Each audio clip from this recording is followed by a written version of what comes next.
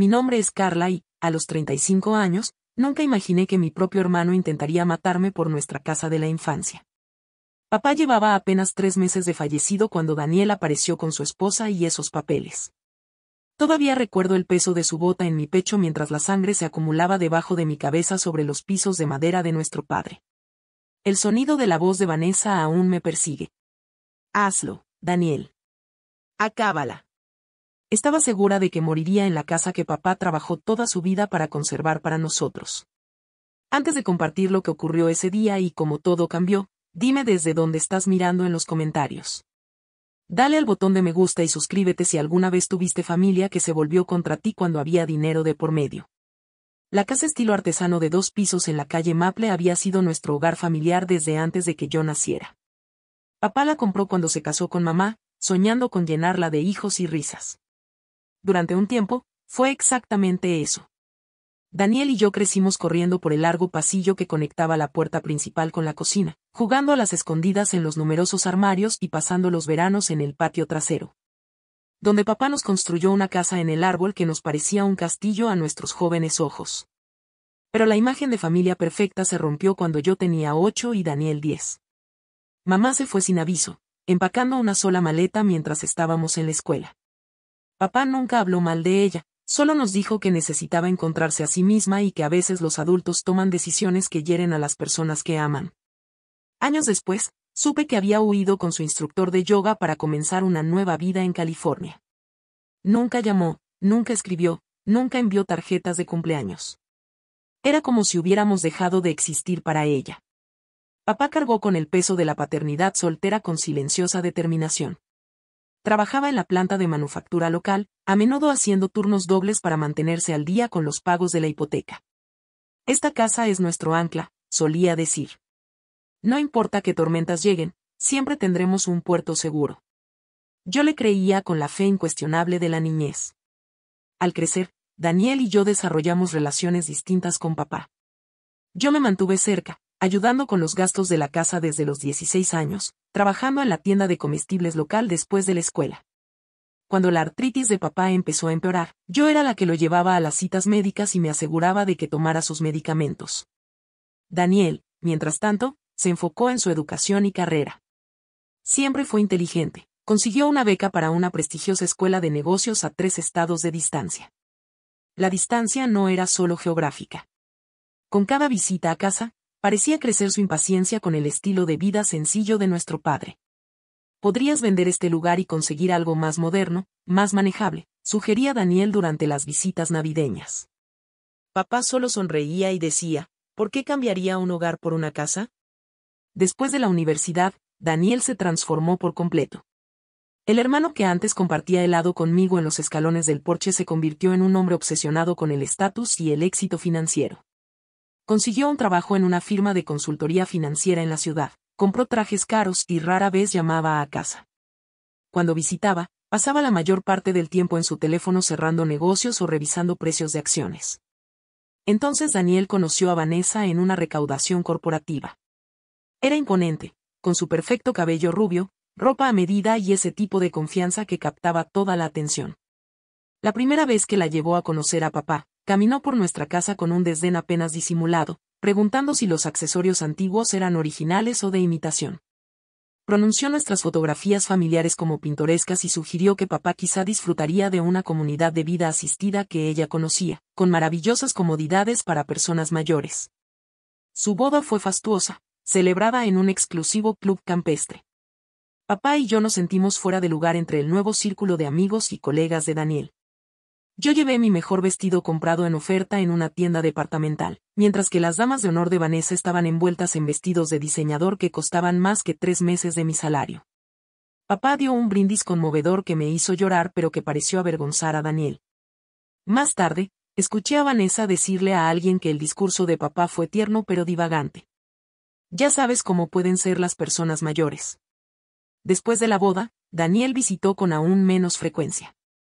Cuando a papá le diagnosticaron cáncer terminal hace 3 años, tomé la decisión de regresar a casa para cuidarlo. Pedí una licencia en mi trabajo como asistente administrativa en la escuela primaria local, donde había trabajado durante 8 años. La directora fue comprensiva y me aseguró que mi puesto me estaría esperando cuando estuviera lista para regresar. Daniel llamó cuando le conté el diagnóstico de papá, prometió visitar pronto, pero pasaron semanas. Cuando finalmente vino, se quedó menos de 2 horas, explicando que tenía una reunión importante a la mañana siguiente. Papá nunca se quejó, pero vi el dolor en sus ojos cuando Daniel salió apresuradamente con una palmada en el hombro en lugar de un abrazo adecuado. A medida que la condición de papá empeoraba, me convertí en su cuidadora de tiempo completo. Los días se mezclaban con las noches entre horarios de medicación, citas médicas y, finalmente, cuidados paliativos en nuestra sala. Daniel llamaba de vez en cuando, pero siempre tenía una excusa para no visitar. El mercado está volátil ahora, o estamos en medio de una gran adquisición. Vanessa nunca llamó. 2 semanas antes de que papá falleciera, durante un raro momento de lucidez libre de medicamentos para el dolor, me tomó la mano y pronunció las palabras que más tarde se convertirían en el centro de tanto conflicto. Carla, quiero que te quedes con la casa, dijo, su voz débil pero decidida. Has estado aquí. ¿Entiendes lo que significa este lugar? Daniel ya tiene su propia vida, sus propias prioridades. Prométeme que conservarás nuestro hogar. Lo prometo, respondí, con lágrimas corriendo por mi rostro. Al día siguiente, hizo que su abogado viniera a la casa para actualizar su testamento. No conocía los detalles entonces, solo que parecía más en paz después. Cuando papá murió, sentí que los cimientos de mi mundo se habían derrumbado. Me senté en su habitación vacía durante horas, rodeada de los artefactos de su vida, la billetera de cuero gastada sobre la cómoda, los lentes doblados con cuidado junto a su novela de misterio favorita. La vieja bata de franela colgando detrás de la puerta. La casa parecía contener la respiración como esperando ver qué ocurriría después. Daniel llegó al funeral acompañado de Vanessa. Por un breve momento, mientras estábamos junto a la tumba, me sentí unida a mi hermano en el dolor. Puso su brazo alrededor de mis hombros mientras veíamos bajar el ataúd y alcancé a vislumbrar al niño que alguna vez fue mi compañero de juegos y protector. Vanessa permanecía un poco apartada, revisando discretamente su reloj. Su vestido negro de diseñador y las enormes gafas de sol la hacían parecer salida de una revista de moda más que de una reunión familiar. Ese fugaz momento de conexión con Daniel se disolvió casi inmediatamente después de la recepción del funeral. Cuando los invitados se marchaban, me acorraló en la cocina. Tenemos que hablar de la casa, dijo con voz de negocios. Creo que lo más inteligente sería vender. El mercado inmobiliario en esta zona está muy activo ahora. No voy a vender, respondí, sorprendida por su momento. Papá quería que la conservara. Un destello de frialdad cruzó por su rostro antes de recomponerse. Lo discutiremos más tarde, dijo, alejándose para reunirse con Vanessa, que esperaba impaciente junto a la puerta. No me di cuenta entonces de que ese breve intercambio era solo el primer temblor del terremoto que finalmente destrozaría lo que quedaba de nuestra familia. 2 semanas después del funeral, nos reunimos con el abogado de papá, Joy Peterson, un hombre de rostro amable de unos 60 años, que había sido amigo de papá desde la secundaria. La oficina de Joy era modesta pero profesional, con estantes llenos de libros de leyes y fotografías familiares sobre su escritorio. Daniel y Vanessa llegaron 10 minutos tarde, ambos vestidos con ropa de negocios que parecía excesiva para el ambiente de nuestro pequeño pueblo. Joy comenzó expresando sus condolencias antes de abrir el archivo que contenía el testamento de papá. Los términos eran directos. La casa me quedaba a mí con la estipulación de que yo pagaría a Daniel su parte justa del valor de la propiedad en un periodo de 5 años sin intereses. Los ahorros de papá se dividirían en partes iguales entre nosotros, y sus posesiones personales se repartirían como viéramos conveniente. Observé con atención el rostro de Daniel mientras Joy leía el testamento. Su expresión permaneció neutral, pero noté que apretaba ligeramente la mandíbula. Vanessa, sentada a su lado con una blusa blanca impecable y una falda lápiz negra, se movió en su asiento, cruzó las piernas y hacía rebotar impacientemente su zapato de diseñador. ¿Hay alguna disposición para vender la propiedad en su lugar?, preguntó Daniel cuando Joy terminó. Su padre especificó su preferencia de que Carla conservara la propiedad, respondió Joy. Pero legalmente, una vez que los bienes se transfieren, Carla tendría derecho a vender si así lo eligiera. Daniel asintió, mirando a Vanessa, quien le devolvió un asentimiento apenas perceptible. Bueno, eso parece bastante sencillo, dijo Daniel con voz agradable. Creo que podemos trabajar con este arreglo. Después de firmar los documentos necesarios, Daniel sugirió que todos fuéramos a almorzar. Me sorprendió, pero acepté, con la esperanza de que tal vez este fuera el inicio de una relación más cordial. Fuimos al restaurante italiano favorito de papá, Antonio's, donde el dueño me recibió con un abrazo y sus condolencias. Durante la pasta, Daniel mantuvo una conversación casual, preguntando por mis planes ahora que había vuelto a vivir permanentemente en el pueblo. Vanessa permaneció mayormente en silencio, picoteando su ensalada y revisando su teléfono con frecuencia. Cuando sirvieron el café, Daniel se inclinó hacia adelante. He estado pensando, Carla, quizás sería más fácil para todos si simplemente vendiéramos la casa. Podrías comprar algo más pequeño, más manejable, y podríamos resolver el aspecto financiero de inmediato en lugar de alargar los 5 años. Le prometí a papá que conservaría la casa, dije con firmeza. No es solo un edificio para mí, Daniel. Es nuestro hogar familiar. La sentimentalidad es costosa, intervino Vanessa, hablando por primera vez desde que habíamos hecho el pedido. Y, siendo honestos, esa casa necesita renovaciones importantes. La cocina es prácticamente vintage y no en el buen sentido. Sentí que mi cara se encendía. La casa está bien cuidada. Papá estaba orgulloso de ella. Por supuesto que sí, dijo Daniel con tono tranquilizador, lanzándole a Vanessa una mirada de advertencia. Solo piénsalo, ¿de acuerdo? Sin presión. Pero había presión, y solo aumentó en las semanas siguientes. Regresé a mi trabajo en la escuela, encontrando consuelo en la rutina familiar y en el apoyo de mis colegas. Una noche, mi primo Patrick llamó. Él vivía en la ciudad donde Daniel y Vanessa tenían su condominio, y ocasionalmente se los encontraba en eventos sociales. Creí que debería saberlo, dijo Patrick con cautela. Daniel y Vanessa están teniendo problemas de dinero. Escuché algo en la fiesta de jubilación de James Morton el fin de semana pasado. Compraron ese condominio de lujo en el punto más alto del mercado y ahora está bajo el agua. Además, se habla de los hábitos de compras de Vanessa. Aparentemente, tienen deudas serias de tarjeta de crédito. ¿Tan serias como de 6 cifras?, pregunté. Exactamente, respondió Patrick. Y Daniel hizo algunas inversiones arriesgadas que no resultaron. Por lo que entendí, están sintiendo la presión. Esta información dio una nueva luz al repentino interés de Daniel en vender la casa. Yo vivía modestamente con mi salario de la escuela, complementado con la pequeña suma que papá me había dejado. La casa estaba pagada, así que mis gastos eran manejables. No tenía intención de vender el único hogar real que había conocido para rescatar de sus errores financieros a mi hermano. 2 semanas después de nuestro almuerzo, Daniel volvió a llamar, esta vez con un tono menos amistoso. ¿Has pensado más en vender?, preguntó sin preámbulos. Mi respuesta no ha cambiado, Daniel. Voy a quedarme con la casa. Eso es realmente egoísta, Carla, soltó bruscamente. Tú vives sola en una casa de 4 habitaciones mientras yo tengo que esperar 5 años para recibir mi parte. ¿Cómo es eso justo? Fue decisión de papá, le recordé. Y yo lo cuidé durante 3 años mientras tú estabas demasiado ocupado para visitarlo más que unas pocas veces. No intentes manipularme con culpa, replicó Daniel. Yo estaba construyendo una carrera, proveyendo para mi familia. No todos podemos poner nuestras vidas en pausa. La conversación terminó con Daniel colgando abruptamente. Esa noche, recibí un mensaje de texto de Vanessa. La familia debería apoyarse mutuamente. Tu hermano merece mejor trato que este. Los mensajes se hicieron más frecuentes. Daniel llamaba casi a diario, y cada conversación era más acalorada que la anterior. Empezó a sacar incidentes de la infancia, distorsionándolos para presentarse como el hijo descuidado que tuvo que luchar por atención mientras yo supuestamente era la favorita de papá. Papá siempre te mimó, afirmó durante una llamada particularmente desagradable. Nunca te presionó para lograr nada más allá de tu mediocre trabajo en esa escuela. Te frenó, y ahora te aferras a esa casa porque no tienes nada más.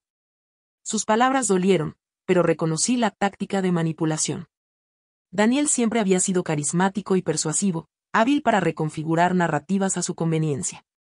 Me negué a dejarme influir. Luego, los miembros de la familia comenzaron a llamarme preocupados. La tía Susan dijo que Vanessa le había contado que yo manipulé a papá durante su enfermedad, aprovechando su estado debilitado para convencerlo de dejarme la casa. El tío Robert cuestionó si estaba siendo justa con Daniel. Incluso mi prima segunda, Elaine, con quien rara vez hablaba, me envió un mensaje por Facebook sugiriendo que hiciera lo correcto y vendiera la propiedad. Me sentía cada vez más aislada, pero me mantuve firme. Este era el hogar donde papá nos había criado después de que mamá abandonara a la familia. Aquí me había enseñado a andar en bicicleta, me ayudó con las tareas en la mesa de la cocina y, más tarde, donde le tomé la mano cuando exhaló su último aliento. No iba a venderlo para satisfacer a los acreedores de Daniel. Una tarde, al volver del trabajo, encontré un coche extraño estacionado frente a la calle. La conductora, una mujer con ropa de negocios, observaba la casa con atención. Cuando me acerqué, arrancó y se fue rápidamente. 2 días después, descubrí que alguien había estado dentro de la casa. No se habían llevado nada, pero los objetos estaban ligeramente fuera de lugar, y encontré una tarjeta de presentación de una agencia inmobiliaria metida bajo un florero en la sala. Llamé a Daniel de inmediato. ¿Mostraste la casa a un agente inmobiliario? No estabas respondiendo mis llamadas, respondió sin disculparse. Todavía tengo la llave de repuesto de papá. Pensé que si veías algunos números, podría ser más razonable. Estaba furiosa. Eso es allanamiento de morada, Daniel. No tenías ningún derecho. También es en parte mi casa, replicó. El testamento de papá dice que soy dueño de la mitad de su valor. Valor, no propiedad, lo corregí. Aléjate de mi casa o llamaré a la policía. Se rió. Adelante. Diles que tu hermano usó una llave para entrar a la casa familiar en la que creció. Ya verás qué tan en serio te toman. Cambié las cerraduras. Al día siguiente, el comportamiento de Daniel se volvió cada vez más errático y amenazante. Las llamadas nocturnas se hicieron la norma, a menudo con Daniel sonando ebrio, alternando entre súplicas y amenazas. No tienes idea de lo que soy capaz, dijo en una llamada pasada la medianoche. No dejaré que te quedes con lo que me corresponde por derecho. Comencé a filtrar mis llamadas, pero eso solo intensificó su enojo. Una noche, alrededor de las 2 de la madrugada, desperté con el sonido de alguien probando la manija de la puerta principal. Al mirar por las persianas, vi el auto de Daniel estacionado en la acera, pero no había rastro de él. A la mañana siguiente, encontré profundos rasguños en el nuevo cerrojo. Mi amiga Alicia me instó a que tomara las amenazas en serio. Esto no es una discusión normal entre hermanos, Carla, insistió durante un café en su apartamento. Está escalando. Necesitas protegerte. Siguiendo su consejo, instalé cámaras de seguridad básicas en las puertas delantera y trasera. También consulté con una abogada, Jessica Reyes, sobre la posibilidad de una orden de restricción. Basado en lo que me has contado, tenemos fundamentos, dijo Jessica con expresión grave. Pero la corte familiar puede ser complicada. Los jueces a menudo quieren ver pruebas de amenazas físicas o violencia antes de emitir órdenes contra miembros de la familia. ¿Entonces tengo que esperar hasta que me haga daño? Pregunté incrédula. Documenta todo, me aconsejó. Cada llamada, cada mensaje, cada incidente. Guarda las grabaciones de seguridad. Cuanta más evidencia tengamos, más fuerte será nuestro caso. Comencé a llevar un registro detallado del comportamiento de Daniel. Las entradas se multiplicaban rápidamente. Daniel y Vanessa apareciendo sin previo aviso en mi lugar de trabajo, causando una escena en la oficina de la escuela que me dejó humillada frente a mis colegas. Vanessa diciéndole a la secretaria de la escuela que yo estaba mentalmente inestable y necesitaba intervención. Daniel dejando mensajes de voz amenazantes cada vez más específicos sobre lo que pasaría si no cooperaba. Mi vecino Thomas, un policía retirado que vivía al otro lado de la calle, se me acercó una tarde mientras recogía mi correo. Y Carla, noté que un hombre inspeccionaba tus ventanas ayer cuando estabas en el trabajo, dijo, su rostro curtido mostrando preocupación. Tipo alto, traje caro. Estaba revisando las cerraduras, probando si cederían. Eso suena como mi hermano, respondí, asintiendo con el estómago revuelto por la ansiedad. Thomas frunció el ceño. Sea familia o no, eso es un comportamiento sospechoso. También he visto su auto pasando a horas extrañas. ¿Quieres que esté pendiente? Acepté agradecida su oferta, sintiéndome un poco más segura sabiendo que alguien vigilaba. Aún así, comencé a tener problemas para dormir, sobresaltándome con cada crujido y ruido en la noche. Desarrollé un ritual de revisar todas las puertas y ventanas varias veces antes de acostarme, y a menudo me despertaba en las primeras horas convencida de haber oído a alguien dentro de la casa. Las pesadillas eran lo peor. En ellas quedaba atrapada en la casa mientras el agua subía a mi alrededor, con Daniel afuera, sosteniendo una llave pero negándose a abrir la puerta a menos que yo le firmara la casa. Me despertaba jadeando, con las sábanas empapadas de sudor. A pesar de mis precauciones, Daniel encontró maneras de invadir mi vida. Una tarde, navegando en línea, descubrí un anuncio de propiedad con fotografías interiores de mi casa. La descripción decía, próximamente. Encantadora casa artesanal de 4 habitaciones en vecindario deseado. Vendedor motivado. El agente de bienes raíces era colega de una amiga de Vanessa. Llamé inmediatamente a la oficina inmobiliaria, explicando que la casa no estaba en venta y exigiendo que quitaran el anuncio. El agente estaba confundido, insistiendo en que tenía la autorización adecuada. Fue necesaria una carta formal de Jessica amenazando con acción legal para que retiraran el anuncio. Los mensajes de Daniel se volvieron aún más ominosos. No lo pediré amablemente por mucho más tiempo, decía un texto. No puedes esconderte para siempre en la casa de papá, decía otro. Consideré ceder simplemente para terminar con el acoso. El estrés constante estaba afectando mi salud y desempeño laboral. La directora me había llamado para una charla preocupada después de que rompí en llanto durante una reunión del personal. Mi presión arterial estaba elevada en mi última cita médica, y había perdido peso por la falta de apetito. Pero cada vez que flaqueaba, recordaba el rostro de papá cuando me hizo prometer que conservaría la casa. Recordaba los sacrificios que hizo para darnos estabilidad y seguridad después de que mamá se fue. No podía traicionar esa promesa, ni siquiera para comprar un poco de paz frente a la campaña implacable de Daniel. Así que instalé más medidas de seguridad, mantuve mi documentación al día y me preparé para lo que pudiera venir después. Nunca imaginé hasta dónde llegaría Daniel. El sábado por la mañana amaneció claro y brillante, ese tipo de día perfecto de otoño que papá habría pasado trasteando en su jardín. Tomaba café en el porche trasero, disfrutando un raro momento de tranquilidad, cuando sonó el timbre. A través de la aplicación de la cámara de seguridad en mi teléfono, vi a Daniel y Vanessa parados en la entrada. Daniel vestía una camisa impecable y pantalones de vestir, luciendo sorprendentemente compuesto. Vanessa estaba un poco detrás de él, elegante con un traje pantalón color crema y un gran bolso de diseñador en el brazo. Daniel sostenía una carpeta de cuero con documentos. Mi primer instinto fue ignorarlos, pero algo en la calma inusualmente controlada de Daniel me hizo sentir inquietud. Decidí que sería mejor confrontarlos con la puerta de por medio que arriesgarme a que armaran un escándalo que los vecinos pudieran presenciar.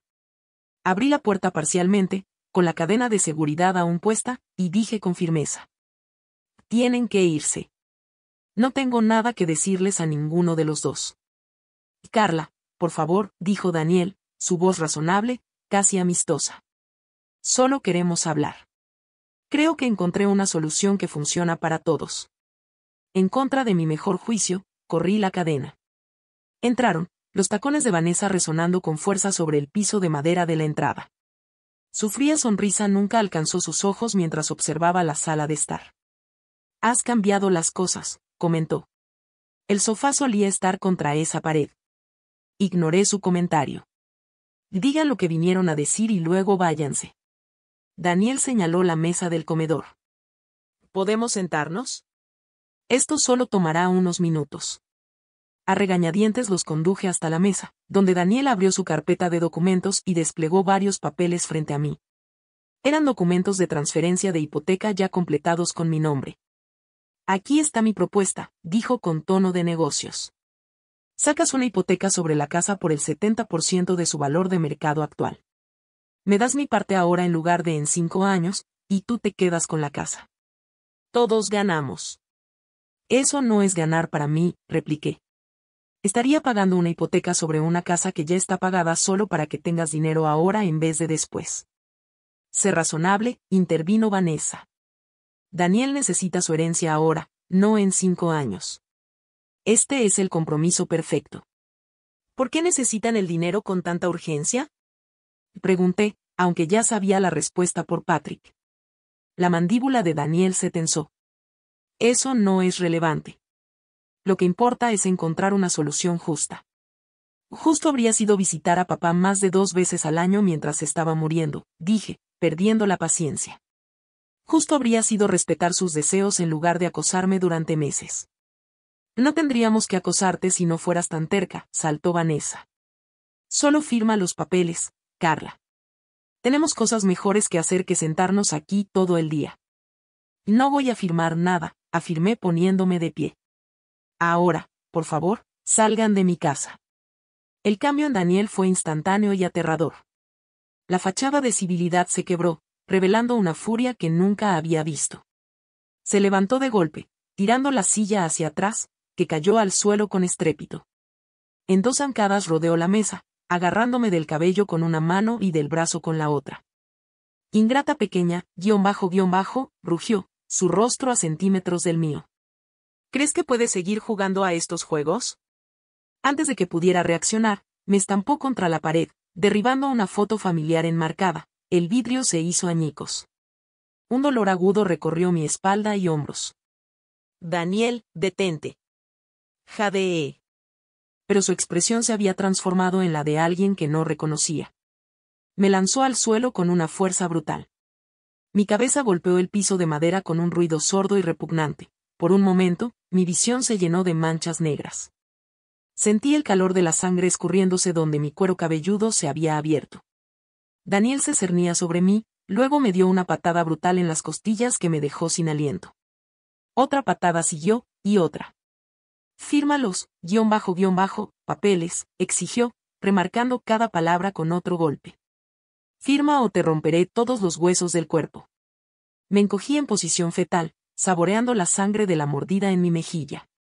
A través de la visión nublada por lágrimas, vi a Vanessa de pie, tranquila junto a la mesa, observando sin expresión mientras su esposo me golpeaba. No se movió para ayudar ni para detenerlo. Simplemente observaba, como alguien mirando un programa de televisión medianamente interesante. Daniel volvió a agarrarme del cabello, levantándome la cabeza. Última oportunidad, Carla. Firma los papeles o las cosas se pondrán mucho peor. A pesar del dolor que me atravesaba el cuerpo, a pesar del terror, logré susurrar. Nunca. Me estampó nuevamente la cabeza contra el suelo. Siempre fuiste terca, igual que papá. Mira a dónde lo llevó. Daniel tomó un pesado pisapapeles de cristal de la mesa auxiliar, un regalo de los compañeros de trabajo de papá cuando se jubiló. La luz del sol se reflejaba en él mientras lo levantaba, lanzando prismas de arcoíris en la pared, un hermoso preludio de lo que estaba segura sería un daño devastador. Fue entonces cuando escuché la voz de Vanessa, fría y precisa. Hazlo, Daniel. Acábala. Nunca va a firmar de otra manera. En ese momento supe con absoluta certeza que mi hermano realmente podría matarme. El mismo hermano que una vez me cargó sobre sus hombros en la feria del condado, que me enseñó a andar en bicicleta, que me defendió de los abusones en la primaria, ahora estaba listo para destrozar mi cráneo por dinero. Y su esposa lo alentaba. La sangre se acumulaba bajo mi cabeza, extendiéndose por el piso que papá había restaurado con tanto esmero el verano antes de su diagnóstico. Mi visión empezó a nublarse en los bordes. Me pregunté si papá podría ver lo que estaba ocurriendo en el hogar que tanto había amado. Entonces llegó el sonido de la puerta trasera abriéndose, seguido de una voz autoritaria. Palto. Policía.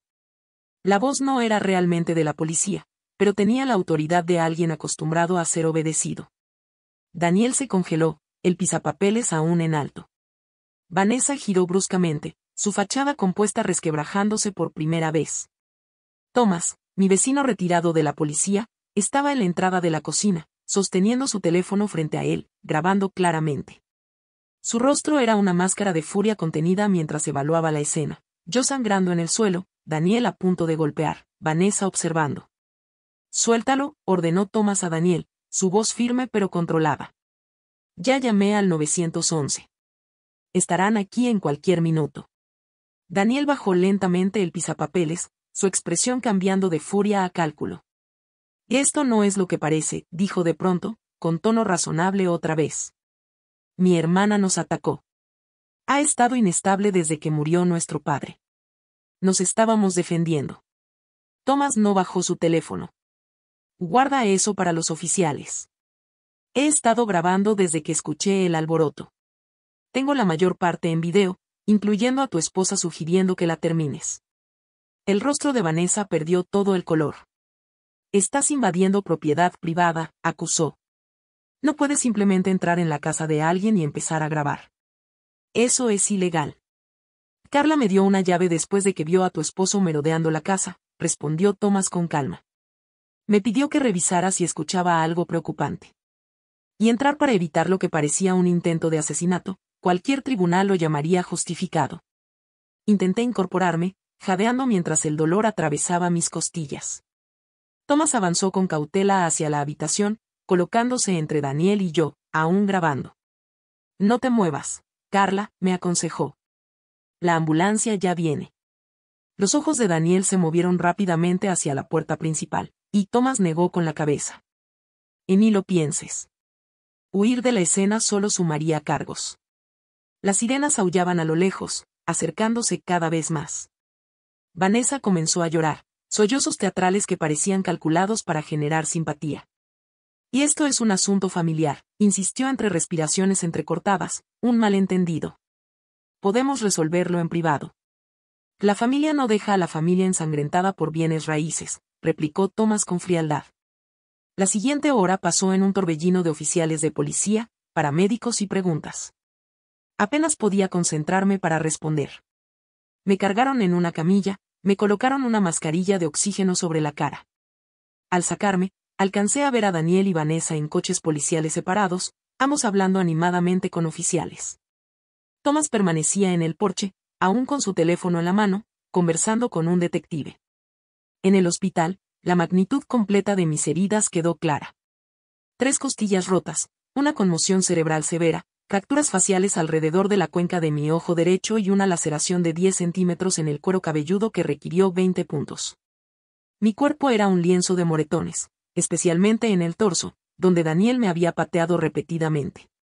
El médico mencionó hemorragia interna que necesitaban vigilar y posible daño nervioso en mi mano izquierda, que había quedado aplastada bajo el talón de Daniel cuando intenté cubrirme la cara. Fui admitida para observación y tratamiento. La blanca habitación de hospital, con su olor antiséptico y el constante pitido de los monitores, se convirtió en mi mundo durante los siguientes 4 días. Detectives de policía vinieron a tomar mi declaración y fotografías de mis heridas. Me informaron que Daniel y Vanessa habían sido arrestados y acusados de múltiples delitos graves, incluyendo asalto agravado e intento de coacción. Alicia llegó pocas horas después de mi ingreso, su rostro conmocionado al ver mi estado. «Oh, Dios mío, Carla», susurró con cuidado, tomando mi mano no lesionada. Sabía que estaba escalando, pero esto es monstruoso. Se quedó conmigo todo lo que el hospital permitió, trayéndome cargador de teléfono, pijamas cómodos y noticias del mundo exterior. Fue a través de ella que supe que el video de Thomas había sido fundamental para contradecir las afirmaciones iniciales de Daniel y Vanessa de defensa propia. Intentaron decir que tú los atacaste primero, me contó Alicia, indignada. Pero el video muestra todo. Daniel tirándote, pateándote, Vanessa diciéndole que te terminara. Está todo ahí.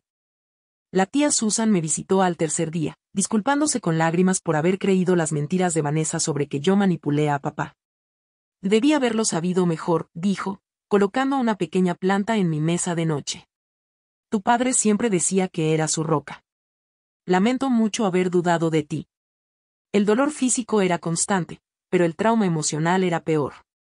Tenía pesadillas en las que no podía escapar de la furia de Daniel, despertando en pánico mientras los monitores pitaban al dispararse mi ritmo cardíaco. El psicólogo del hospital diagnosticó trastorno de estrés agudo y advirtió que podría desarrollarse en TEP sin el tratamiento adecuado. La parte más difícil era reconciliar al hermano con el que había crecido, el que una vez me protegió, con el hombre que casi me había matado por dinero. Cuando cerraba los ojos, veía su rostro transformado por la ira, sentía el impacto de su bota contra mis costillas, escuchaba la fría instrucción de Vanessa, acábala. La traición dolía más profundo que cualquier herida física. La detective Marsal, una mujer compasiva con el cabello entrecano, me mantenía al tanto del caso. Y no saldrán bajo fianza, me aseguró. El juez los consideró riesgo de fuga, dada sus finanzas y la gravedad de los cargos. La evidencia en video de Thomas fue demoledora. ¿Qué pasa ahora? Pregunté. Enfrentarán audiencias preliminares y luego probablemente irán a juicio, a menos que acepten acuerdos, explicó. De cualquier manera, con la evidencia que tenemos, les esperan muchos años de prisión. La idea de regresar a la casa donde había ocurrido el ataque me llenaba de temor. Cada vez que imaginaba el comedor, veía sangre en los pisos de madera, sentía el golpe de mi cabeza contra la pared. El hogar que antes representaba seguridad ahora estaba manchado por la violencia. No sé si puedo volver allí, confesé a Alicia la noche antes de mi alta. No tienes que decidir de inmediato, me aseguró. Puedes quedarte conmigo todo el tiempo que necesites. Cuando me dieron de alta, Alicia me llevó a su apartamento. Mi cuerpo estaba sanando, pero los movimientos diarios seguían siendo dolorosos. Simplemente caminar desde el coche hasta su unidad en el segundo piso me dejaba sin aliento y mareada. El médico me había recetado analgésicos y organizado fisioterapia, advirtiendo que la recuperación completa tomaría meses. Esa primera noche fuera del hospital, acostada en el sofá cama de Alicia, me encontré preguntándome qué pensaría papá de todo lo que había pasado. ¿Se arrepentiría de haberme dejado la casa si supiera lo que costaría? La pregunta me atormentó mientras me hundía en un sueño intranquilo, con los analgésicos difuminando los bordes de la conciencia, pero sin borrar del todo la memoria del rostro de Daniel deformado por la ira. Los procedimientos legales contra Daniel y Vanessa avanzaron con sorprendente rapidez. 3 semanas después del ataque, aún recuperándome de mis heridas, testifiqué en la audiencia preliminar desde una silla de ruedas. Mi rostro seguía hinchado y amoratado, y necesitaba ayuda para moverme del estrado de testigos al área de presentación de pruebas. El testimonio de Thomas siguió al mío. La sala del tribunal quedó en silencio cuando su video se reprodujo en las pantallas, mostrando la brutalidad del ataque con vívidos detalles. Incluso la taquígrafa se detuvo momentáneamente, visiblemente afectada por las imágenes. Cuando la voz de Vanessa se escuchó claramente diciendo hazlo, Daniel, varios miembros del jurado soltaron un audible jadeo. Otros testigos también se presentaron. Mi vecino de al lado describió haber escuchado gritos y golpes, y luego verme sacada en camilla. Un colega de Daniel testificó sobre su comportamiento cada vez más errático en el trabajo en los meses previos al ataque, incluyendo llamadas telefónicas que escuchó donde discutía la necesidad urgente de dinero. Lo más dañino fue la evidencia financiera. Los investigadores descubrieron estados de cuenta de tarjetas de crédito que mostraban que Vanessa había acumulado más de $100,000 en deudas por compras de lujo, ropa de diseñador, vacaciones exóticas, joyas. Daniel había intentado cubrir esos gastos con inversiones cada vez más arriesgadas, la mayoría de las cuales fracasaron. Un aviso de ejecución hipotecaria sobre su condominio, fechado una semana antes del ataque, reveló que tenían 3 meses de atraso en los pagos. Durante el contrainterrogatorio, el abogado de Daniel intentó presentarlo como un hermano devoto bajo una presión financiera extrema que había perdido el control momentáneamente. La estrategia se volvió en su contra cuando el fiscal presentó mensajes de texto del teléfono de Daniel discutiendo varios escenarios para obligarme a vender la casa, que databan del día después del funeral de papá. La dinámica en la sala cambió drásticamente cuando Daniel se quebró bajo el interrogatorio, culpando a Vanessa por sus problemas financieros. Ella seguía gastando, sin importar cuántas veces le dije que no podíamos permitírnoslo, gritó, perdiendo por completo la compostura. Las compañías de tarjetas de crédito llamaban todos los días. Estábamos a punto de perderlo todo. Solo necesitaba mi herencia. La respuesta de Vanessa fue inmediata y calculada. Su abogado solicitó un juicio separado, argumentando que ella solo estaba presente durante la agresión y que su comentario había sido malinterpretado en el calor del momento. Cuando esta moción fue denegada, su defensa giró hacia retratarla como una víctima de la manipulación y de la ira oculta de Daniel. Mi clienta tenía miedo de contradecir a su esposo, alegó su abogado. Temía convertirse en su próxima víctima si intervenía. Esa estrategia se derrumbó cuando los fiscales presentaron mensajes de texto de Vanessa a Daniel en las semanas previas al ataque, incluyendo uno que decía, si ella no vende voluntariamente, tenemos que hacerla. Cueste lo que cueste. La condena del juez durante la sentencia fue demoledora. En 30 años en el estrado, dijo, mirando directamente a Daniel, rara vez he visto un ataque tan calculado contra un miembro de la familia por una ganancia financiera. Traicionaste no solo a tu hermana, sino la memoria de tu padre, quien trabajó tan duro para proveer ese hogar a ambos hijos. Daniel recibió 8 años por asalto agravado e intento de coacción, con cargos adicionales de conspiración y asalto premeditado. Vanessa recibió 3 años como cómplice, con el juez señalando su fría incitación a la violencia contra un familiar. Se emitieron órdenes de restricción permanentes contra ambos. Mientras el alguacil los conducía afuera, Daniel me miró con una expresión inescrutable. Vanessa mantuvo la vista al frente, su postura perfecta incluso con esposas. No sentí satisfacción al verlos marchar, solo un profundo vacío y una incredulidad persistente de que hubiéramos llegado a ese punto. Afuera, los reporteros del tribunal preguntaron cómo me sentía sobre el veredicto. Se hizo justicia, respondí simplemente. Pero aquí no hay ganadores. Con el juicio concluido, enfrenté la decisión que había estado evitando, si regresar o no a la casa. Me había estado quedando con Alicia por casi 2 meses, mis heridas físicas sanando lenta pero constantemente. La idea de volver a la escena del ataque aún me llenaba de ansiedad, pero tampoco podía imaginar abandonar el hogar que papá había trabajado tan duro por mantener. Thomas y Alicia se ofrecieron a ayudar a asegurar la propiedad y prepararla para mi regreso. La haremos segura, prometió Thomas. Nuevo sistema de seguridad, puertas y ventanas reforzadas. Nadie entrará sin que lo sepas. Un sábado frío y claro, me acompañaron en mi primera visita de regreso. Dudé en la puerta principal, mi mano temblando ligeramente al insertar la llave. Al entrar, noté inmediatamente los cambios. Las manchas de sangre en el piso de madera habían desaparecido, las paredes estaban recién pintadas. Los muebles se habían reacomodado, rompiendo la memoria visual del ataque. Pensamos que un diseño distinto podría ayudar, explicó Alicia suavemente. Menos desencadenante. Recorrí las habitaciones, tocando lentamente objetos familiares, volviendo a familiarizarme con el espacio. En el estudio de papá, mientras buscaba documentos de seguros, encontré una carta manuscrita en el cajón de su escritorio dirigida a Daniel y a mí. La fecha mostraba que la había escrito pocos días antes de actualizar su testamento. Mis queridos hijos, comenzaba. Para cuando lean esto, yo ya habré partido. Quiero que entiendan mis decisiones respecto a nuestro hogar familiar. Esta casa representa más que una propiedad para mí. Es donde los crié a ambos después de que su madre se fue, donde nos convertimos en una familia completa a pesar de estar incompleta. Carla, tu dedicación a este hogar y a mí en mis últimos años ha demostrado que comprendes lo que este lugar realmente significa. Daniel, tu camino te llevó a otro sitio, al éxito, del cual estoy orgulloso, pero también a otros valores. Espero que ambos respeten mis deseos y encuentren paz con ellos. Recuerden que lo que más importa no es lo que poseemos, sino cómo nos cuidamos mutuamente. Encontrar la carta de papá se sintió como una confirmación. A pesar del trauma asociado a la casa, sabía que necesitaba reclamarla en lugar de abandonarla.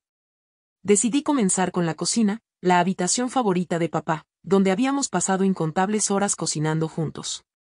Los gabinetes eran originales de la casa, resistentes pero anticuados. Con la ayuda de Alicia, elegí una nueva combinación de colores y herrajes modernos, manteniendo el encanto vintage pero renovando el espacio. La renovación se volvió inesperadamente terapéutica. Cada decisión sobre colores de pintura o tiradores de gabinetes me ayudaba a recuperar la sensación de pertenencia al lugar. Thomas colaboró con el trabajo físico, enseñándome habilidades básicas de carpintería mientras trabajábamos. Su presencia tranquila era reconfortante, su enfoque práctico de la seguridad, alentador. El cambio más significativo fue un sistema de seguridad integral. Thomas ayudó a instalar sensores de movimiento, cámaras de monitoreo, luces automáticas y una alerta directa a la estación de policía local, transformando la casa en una fortaleza. Aquí no entra nadie sin que lo sepas, me aseguró Thomas. Mis vecinos formaron una red protectora no oficial, intercambiando números de teléfono y acordando vigilar cualquier actividad inusual. El apoyo de la comunidad fue abrumador. Personas que apenas conoció ofrecieron ayuda y expresaron indignación por lo ocurrido. Poco a poco, la casa comenzó a sentirse mía de nuevo. Los recuerdos de violencia se desvanecían a medida que nuevas experiencias positivas se acumulaban. Organicé una pequeña cena para quienes me habían ayudado, llenando el comedor de risas por primera vez desde el ataque. Al mirar a esas personas que habían estado a mi lado, me di cuenta de que había encontrado otro tipo de familia, una construida en la elección, no en la sangre.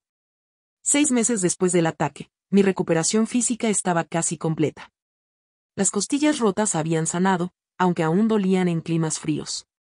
La cicatriz en mi cuero cabelludo estaba oculta bajo el cabello, y el daño nervioso en mi mano izquierda había mejorado con fisioterapia, aunque a veces dejaba caer cosas cuando estaba cansada.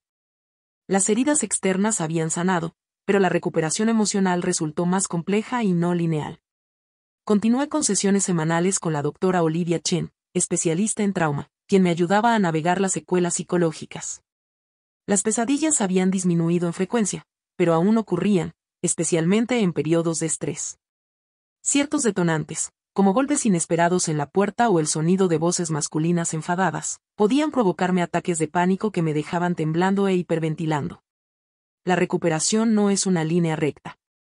La doctora Chen me lo recordó durante una sesión particularmente difícil, después de que tuve un ataque de pánico en la escuela cuando un padre levantó la voz en la oficina. Tendrás retrocesos, pero no borran tu progreso.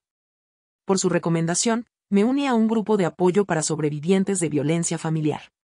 La primera reunión fue intimidante, sentarme en un círculo con extraños. Pero a medida que otros compartían sus historias, reconocía ecos de mi propia experiencia, la incredulidad de que seres queridos pudieran causar tanto daño. La lucha por reconciliar recuerdos felices del pasado con el trauma presente, el desafío de reconstruir la confianza. Lisa, una mujer de voz suave en sus 40, se convirtió en una amiga especial dentro del grupo. La parte más difícil, me dijo tomando café después de una reunión, es aceptar que no causaste su comportamiento. Nada de lo que hiciste o dejaste de hacer los llevó a elegir la violencia. Sus palabras resonaron profundamente. Había pasado meses repasando escenarios, preguntándome si decisiones diferentes podrían haber prevenido el ataque de Daniel. Si hubiera aceptado vender, si hubiera sido más comprensiva con sus problemas financieros, si hubiera reconocido antes las señales de advertencia, ¿habría evitado el trauma? Tu hermano tomó sus decisiones, enfatizó la doctora Chen cuando compartí estos pensamientos. El comportamiento adulto nunca es responsabilidad de la víctima. Trabajando esos sentimientos, comencé a transformar el viejo taller de papá en el patio trasero en un estudio de arte. Había incursionado en la pintura en la universidad, pero lo abandoné cuando la vida se llenó de trabajo y la enfermedad de papá. Volver al arte se convirtió en otra forma de terapia, permitiéndome expresar emociones demasiado complejas para las palabras. La primera pintura que completé fue de la casa como la recordaba de la infancia, dorada con la luz de la tarde.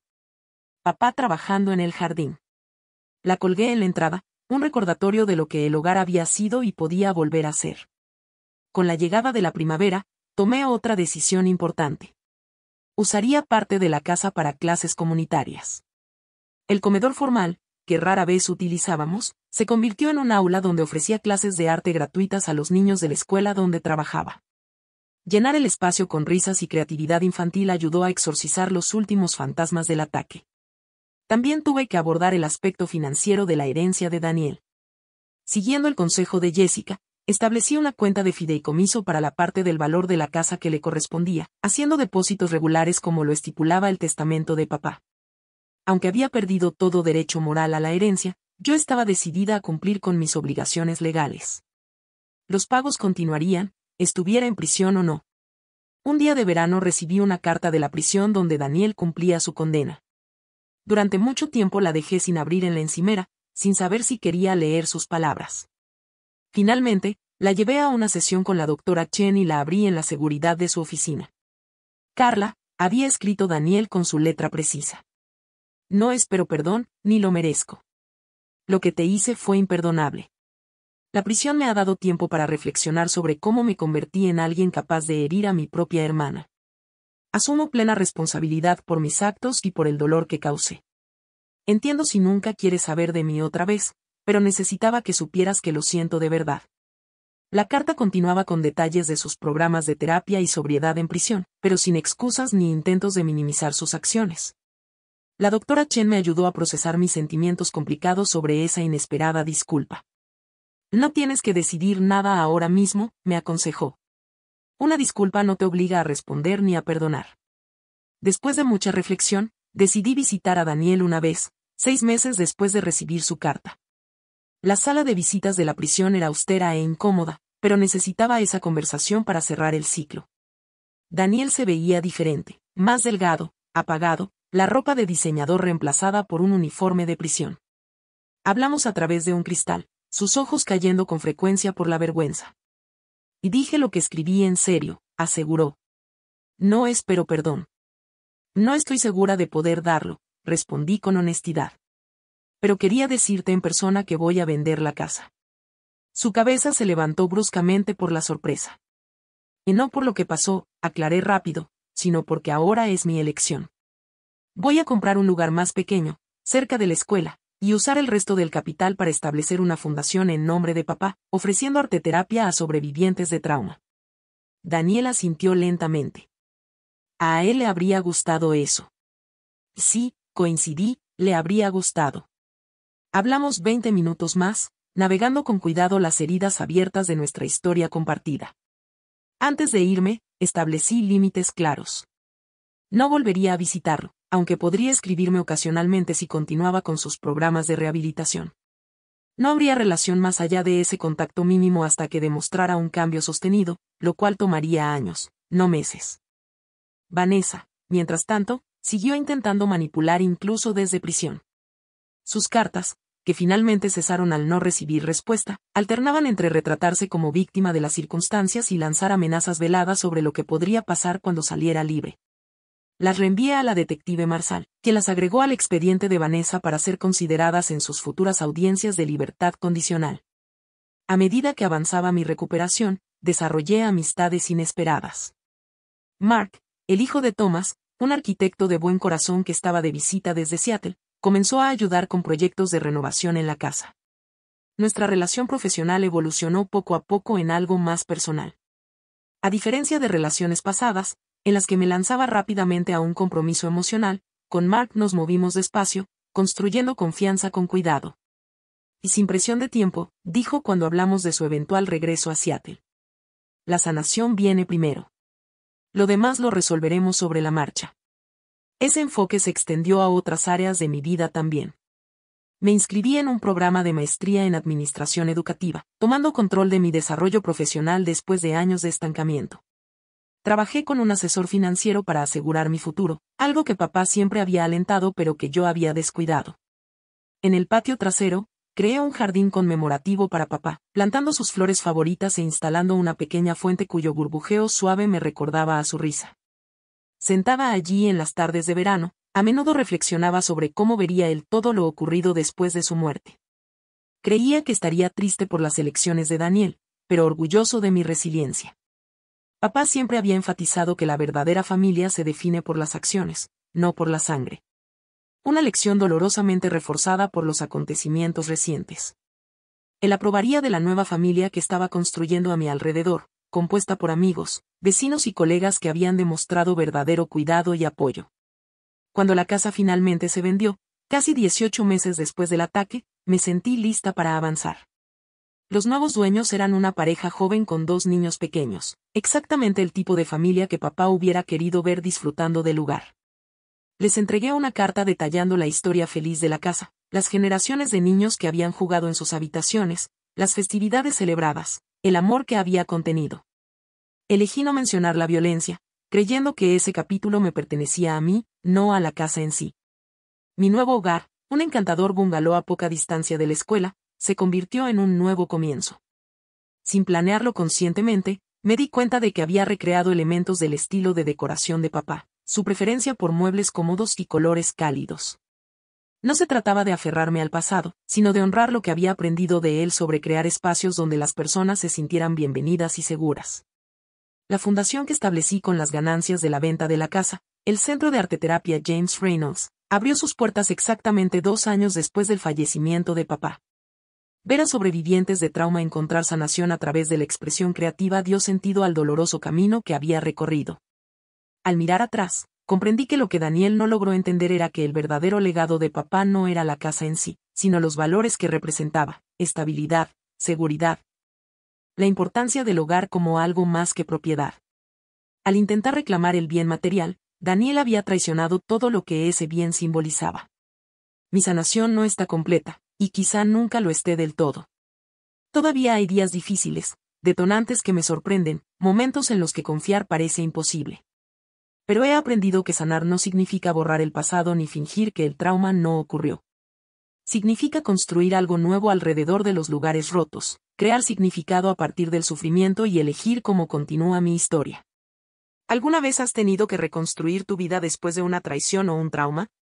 ¿Qué te ayudó a encontrar fuerzas durante ese proceso? Comparte tu experiencia en los comentarios.